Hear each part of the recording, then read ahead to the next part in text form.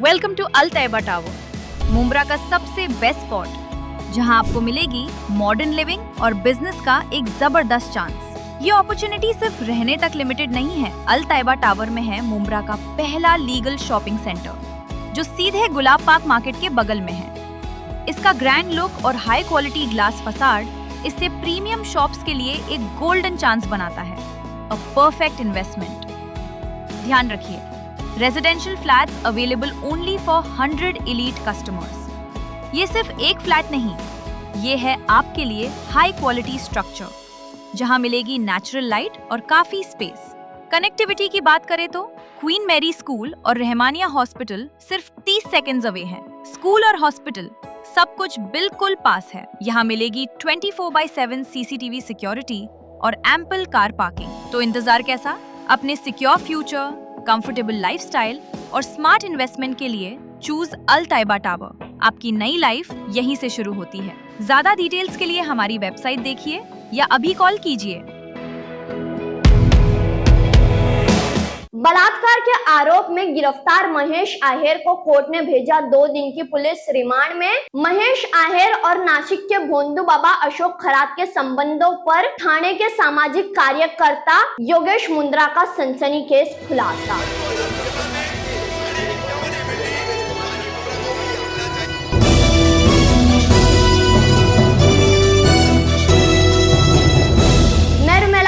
हिंदुस्तानी reporter में आपका स्वागत है। जैसे कि आप सभी जानते हैं कि बलात्कार के आरोप में थाने मंडपा के पूर्व अधिकारी महेश आहेर को पुलिस ने गिरफ्तार किया और इस गिरफ्तारी के बाद महेश आहेर को कोर्ट में पेश किया गया, जहां कोर्ट ने अपना फैसला सुनाते हुए महेश आहेर को 2 दिन के लिए पुलिस रिमांड में भेजा। वहीं नासिक के भोंदू बाबा अशोक खरात और महेश आहेर के संबंध क्या है, इस पूरे मामले को लेकर के हिंदुस्तानी रिपोर्टर के शाहिद शेख के साथ बातचीत के दौरान थाने के सामाजिक कार्यकर्ता योगेश मुंद्रा ने कई सारे सनसनीखेज खुलासे किए हैं। आइए सुनते हैं योगेश मुंद्रा के साथ शाहिद शेख की खास बातचीत। योगेश मुंद्रा जी, जैसे आपके खिलाफ हाल ही में मुंब्रा पुलिस चौकी में एक रेप केस की मामले दर्ज हुए हैं और जो रेप केस जो दर्ज हुआ है वो मुंब्रा की रहने वाली एक महिला है, उसने आप पे आरोप लगाई है।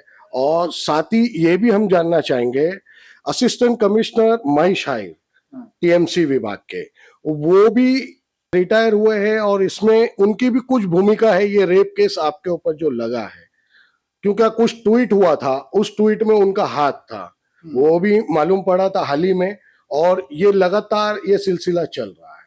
तो जो आपके ऊपर जो FIR हुई थी उसको लेके आप क्या पूरी जानकारी देंगे? देखिए, सबसे पहले तो मैं लोगों के सामने ये बताना चाहूंगा कि मेरे ऊपर जो केस दर्ज हुआ है वो रेप नहीं है। वो BNS के अंदर एक नया सेक्शन शुरू हुआ है, मतलब बनाया हुआ है, जिसका सेक्शन नंबर है 69 सेक्शन के हिसाब से मेरे ऊपर केस दर्ज हुआ है। तो वो सेक्शन क्या कहता है, it is about sexual intercourse, मतलब किसी के साथ में फिजिकल संबंध करना, उसे प्रॉमिस देके कि मैं तुमसे शादी करूंगा या कहीं नौकरी लगाऊंगा, ये सब करूंगा, इसके बिहाफ पे मेरे ऊपर केस दर्ज हुआ है। अब वो केस दर्ज करने वाली जो महिला है उनको ना तो मैं जानता हूं, ना उनके साथ कभी मेरा प्रत्यक्ष या अप्रत्यक्ष रूप से कभी मेरी उनसे बात हुई है। किसी भी सोशल मीडिया के ऊपर, मतलब जैसे इंस्टाग्राम हो गया, ट्विटर हो गया, फेसबुक हो गया, या कोई भी उन सोशल मीडिया के माध्यम से भी मेरी कभी उनसे बात नहीं। मैं तो ये नाम ही पहली बार सुन रहा हूँ, मैं तो जानता तक नहीं हूँ। तो मैंने तो ये जो भी केस हुआ है ये सब एक मिली जुली, मतलब फुल प्लानिंग करके मेरे को दबाने के लिए या मेरी आवाज दबाने के लिए मेरे ऊपर ये केस किया, ताकि ये केस के बिहाफ के ऊपर मेरा नाम खराब होए, पुलिस मुझे पकड़े, और जैसे ये एक झूठा केस डाला है ऐसे कई और दर्जनों झूठे केसेस डाले। अब मैंने जब इनके ऊपर एंटीसिपेटरी बेल ली तो नीचे सेशन कोर्ट के जो जज थे उन्होंने खुद ने, जब ये FIR पढ़ी तो उन्होंने खुद ने मेरे बेल के ऑर्डर में ये दिया है कि हमें ये जो कंप्लेंट है ये हमको खुद को ये सही नहीं लग रही है, तो इस बिहाफ पे हम इनको एंटीसिपेटरी बेल दे रहे। अब रही बात महेश अय्यर की, तो ये सब उसी ने कराया है। उसका रीजन ऐसा है कि एक लड़की जिसका मेडिकल रिपोर्ट है, जिसने पहले, क्योंकि ये केस जो हुआ मेरे ऊपर जो थाना में, ये पहले रेबाले एमआईडीसी पुलिस स्टेशन के अंदर भी ऐसी अर्जी दी गई थी इसी सेम लड़की की तरफ से। लेकिन रेबाले एमआईडीसी पुलिस ने जब इसके ऊपर पूरी छानबीन की तो उन्हें समझ में आया कि ये केस पूरी तरह से फेक है, तो इसीलिए उन्होंने कभी एफआईआर दर्ज करने की कोशिश ही नहीं की। तो वहां जब एफआईआर हुई नहीं, तो ये चेंज ऑफ जुरिडिक्शन, थाना पुलिस को ऐसा क्या नया इसमें दिखा कि ऐसे क्या एविडेंस मिले, या थाना पुलिस को इसमें ऐसी क्या दिलचस्पी थी, ये तो वही जाने। उन्होंने लेकिन ये एफआईआर दर्ज कर दी। अब कानून क्या कहता है कि एक ही क्राइम के बारे में अगर किसी दूसरे जुरिडिक्शन में कंप्लेन हुई है, मतलब जैसे रिटर्न कंप्लेन दी है, तो अगर उस जुरिडिक्शन में अगर एफआईआर दाखिल नहीं हुई, तो अगर आप कहीं और जाके वो एफआईआर दाखिल करने की कोशिश करते हो, तो वहां के पुलिस अधिकारी को जो पहले जहां पे ये कंप्लेंट दाखिल हुई उनसे बातचीत करनी बहुत जरूरी है कि भाई आपने इसके ऊपर एक्शन क्यों नहीं लिया। एटलीस्ट मेयर इन्वेस्टिगेशन तो होनी जरूरी है, बट मेरे इसके अंदर ये सब कुछ नहीं हुआ। और ये सब कराने वाले कैसे, क्या, कौन है, ये सब मुझे पता है। लेकिन अभी फिलहाल ये केस न्यायालय में है, तो इसके ऊपर मैं ज्यादा कुछ बोलूंगा नहीं। एक बार न्यायालय से मुझे क्लीन चिट मिल जाए, उसके बाद में ये केस से रिलेटेड जितने भी लोग हैं उन सबको मैं बहुत अच्छे से एक्सपोज करूंगा। मेरे पास इन सब के पूरे सबूत है, एविडेंस है, और दुनिया जानती है मैं एविडेंस के बिना कभी बात नहीं करता।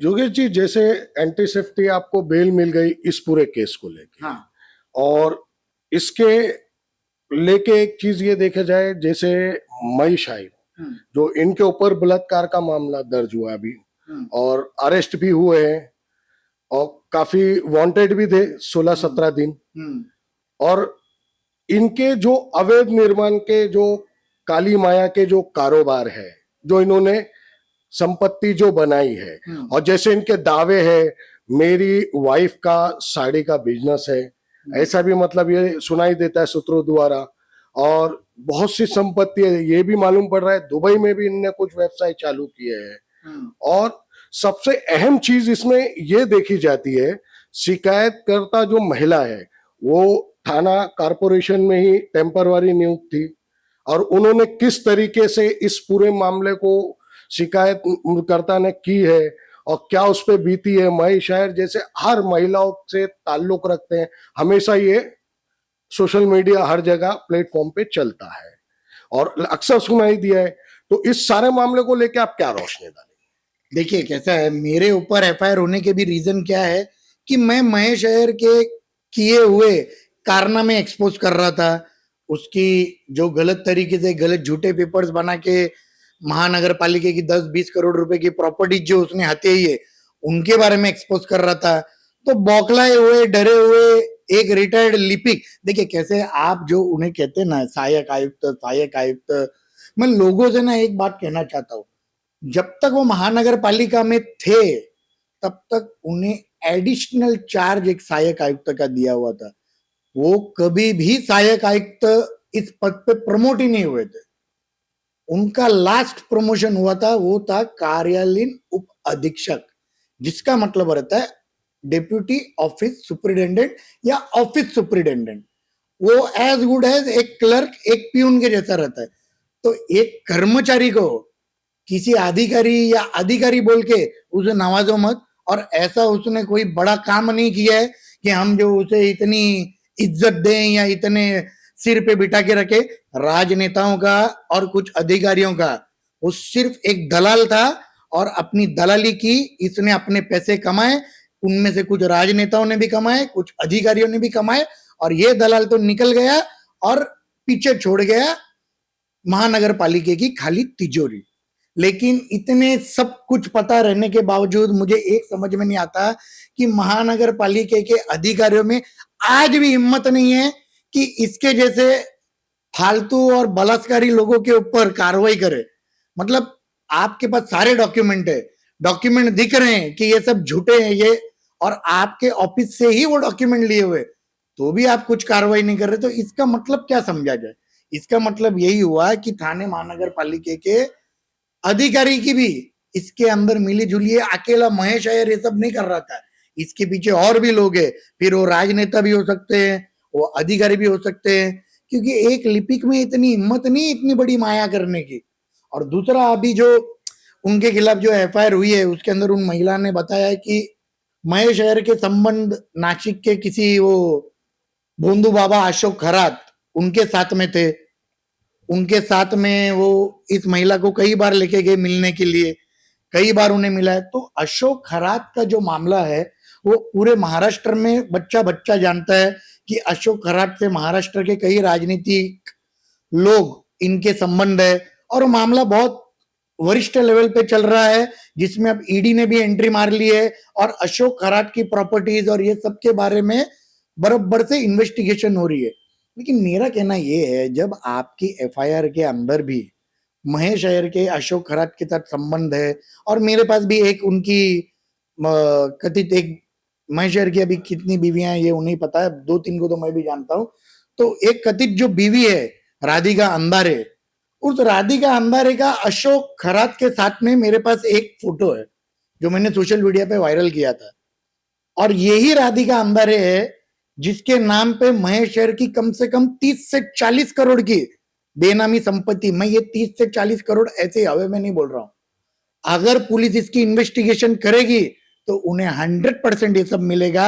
एक औरत जो कोई काम नहीं करती, जिसका काम का कोई बैकग्राउंड नहीं है, जिसके आईटीआर भी अगर आप चेक करेंगे तो इतनी संपत्ति मुझे तो नहीं लगता उसके आईटीआर में भी है। तो उसके पास इतनी संपत्ति आई कहां से?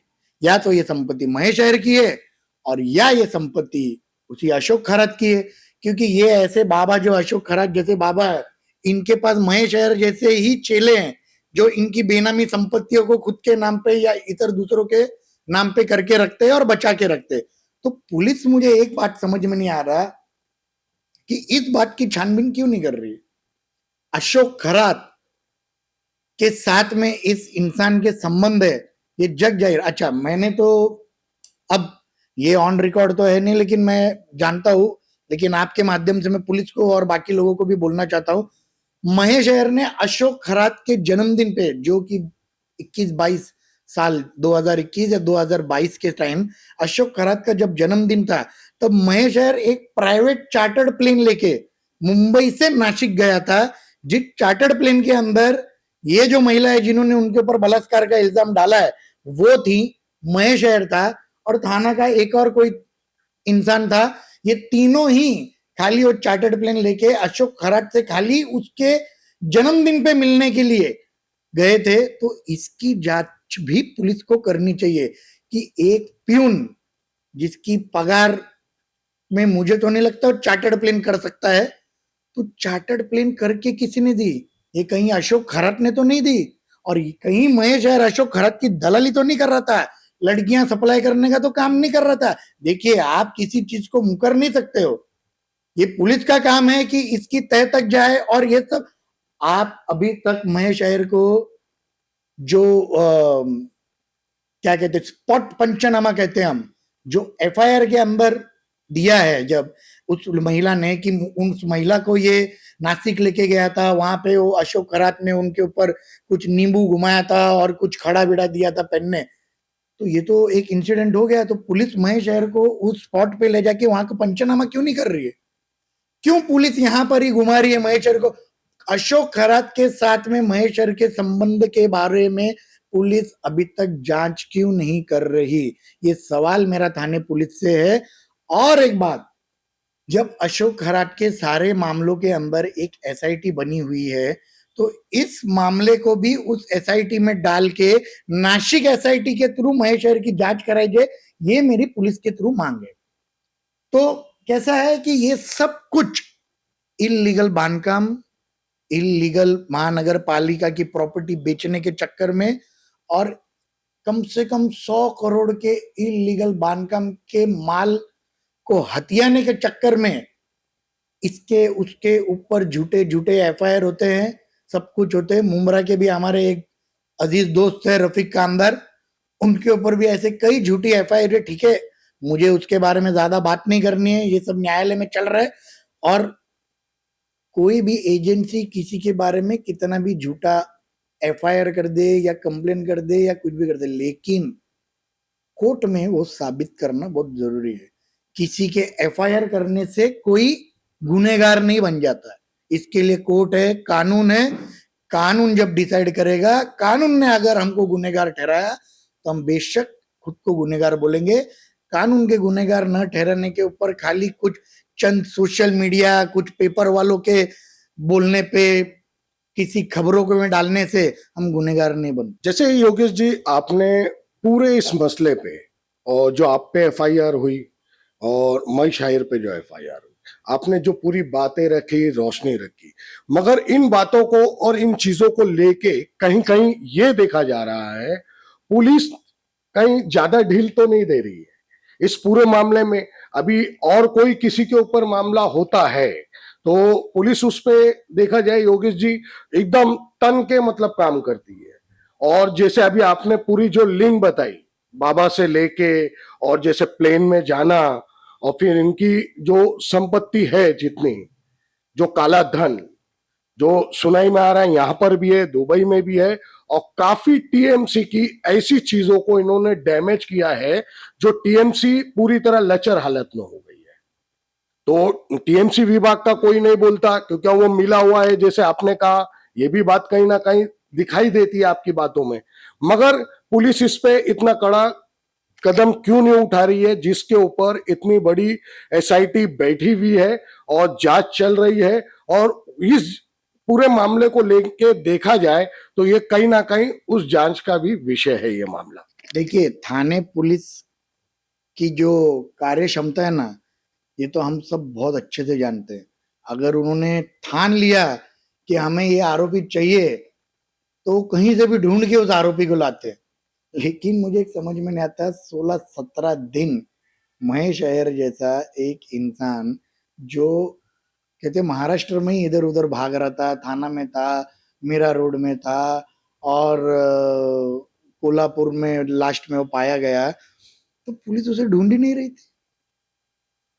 पुलिस कहाँ, पुलिस पुलिस के ढूंढने के पुलिस का ढूंढना कुछ दिख ही नहीं रहा था।